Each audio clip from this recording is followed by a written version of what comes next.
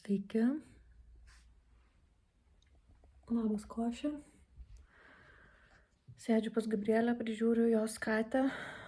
Daviau valgyti, sutvarkiau viską. Bet dabar dar noriu biškį pabūti, kad jinai jaustųsi gerai.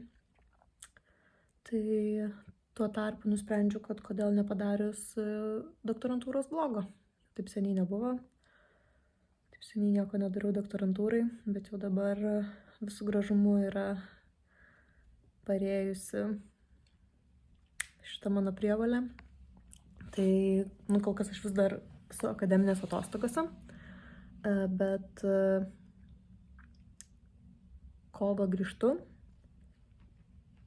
Gruodžio 31 man yra deadline'as straipsnio, kurio pranešimą pristatinėjau jau prieš daugiau nei metus. Ir tada vis atsidėliojau deadline'ant, vis pasakydavau, kad reikia rengti straipsnį iki tada, aš tai nepadarydavau. Tada atsiųsdavau laišką, tai dar galite spėti iki tada, aš tai nepadarydavau.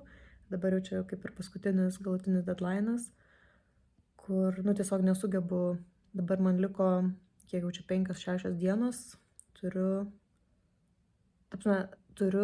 labai daug netvarkingo teksto. Turiu mintį, turiu idėją, turiu kažkokį, yra tas straipsnio branduolys, bet aš tiesiog nesugebu jo pabaigti.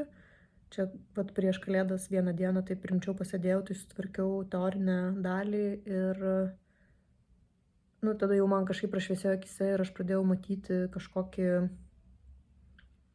kad įmanoma padaryti straipsnį, nes man kažkaip buvo siaubingai neįdomu.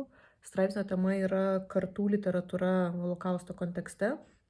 Tai aš ten iš principo aptariu vokišką Väter literatūrą ir Enkel literatūrą ir po to bandau truputėlį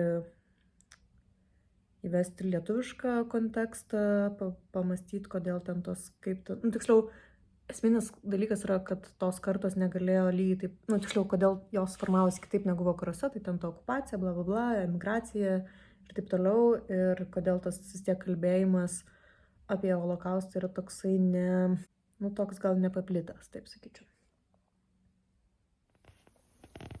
Čia bus tokių mini košės intarpų.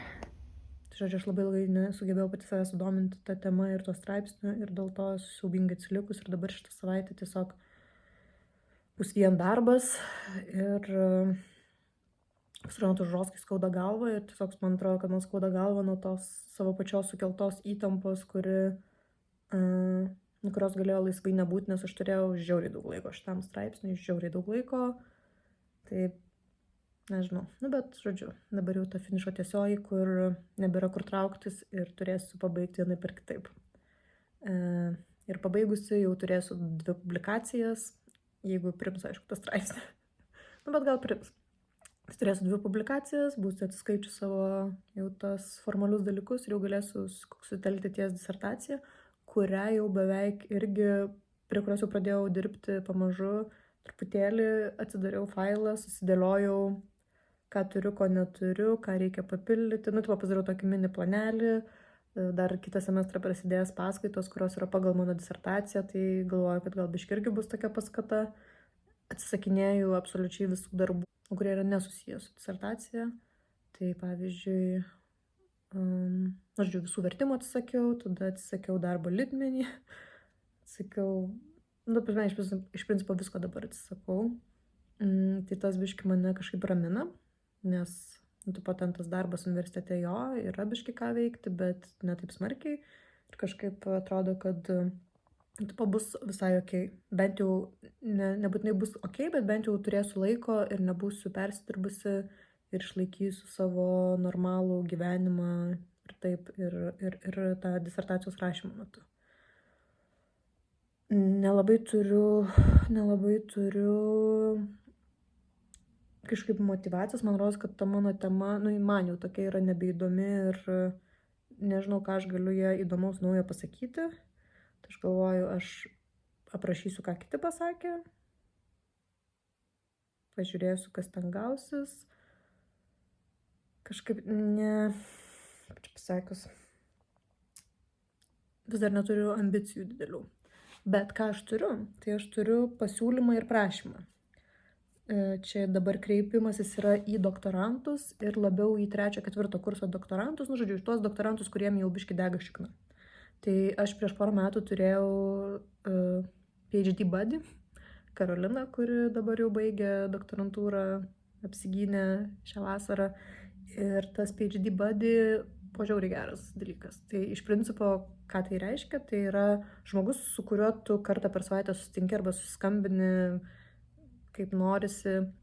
Ir iš principo tiesiog aptari savo savaitės progresą, ką nuveikai, ką padarai, ko nepadarai, ką reikia padaryti, paverki ir panašiai. Tai jeigu kas nors iš doktorantų norėtų turėti PhD buddy mane, tai galite man parašyti, aš esu kaip tik toje paieškoje, kadangi nelabai yra platformų doktorantų buddy paieškai, tai ieškau per tą platformą, kurią turiu. Esu faina, esu chill, bet taip pat esu tiesmuka ir jeigu man jūs nepatiksit, aš jums taip ir pasakysiu. Tai jeigu esat labai jautrus, bailus ir įžeidus, tai galit gal tada ir nerašyti. Tai va. Bet šiaip, kas nėra turėjęs PhD buddy, tai visai paturiu turėti. Ir net ir pirmais kursais irgi labai faina. Aišku, visada yra fainiau, kai tavo PhD buddy žino daugiau už tave, kaip pavyzdžiui Karolina. Tai jeigu koks nors yra daugiau už mane žinantis PhD žmogus, tai aš labai laukčiau ir labai norėčiau būti jo buddy. Tai tiek kol kas. Ir dar, aišku, nors nebaigiau doktorantūros, bet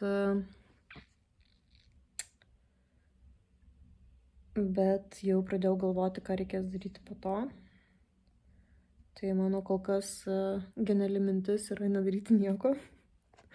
Man tiesiog kažkaip norėtųsi baigti doktorantūrą bent metus, tiesiog, nežinau, daryti kažką nesusijusio su doktorantūra. Nors bent jau nedaryti ant to postdoko, nežinau. Kažkaip vis tik man nepakako tų metų akademinių.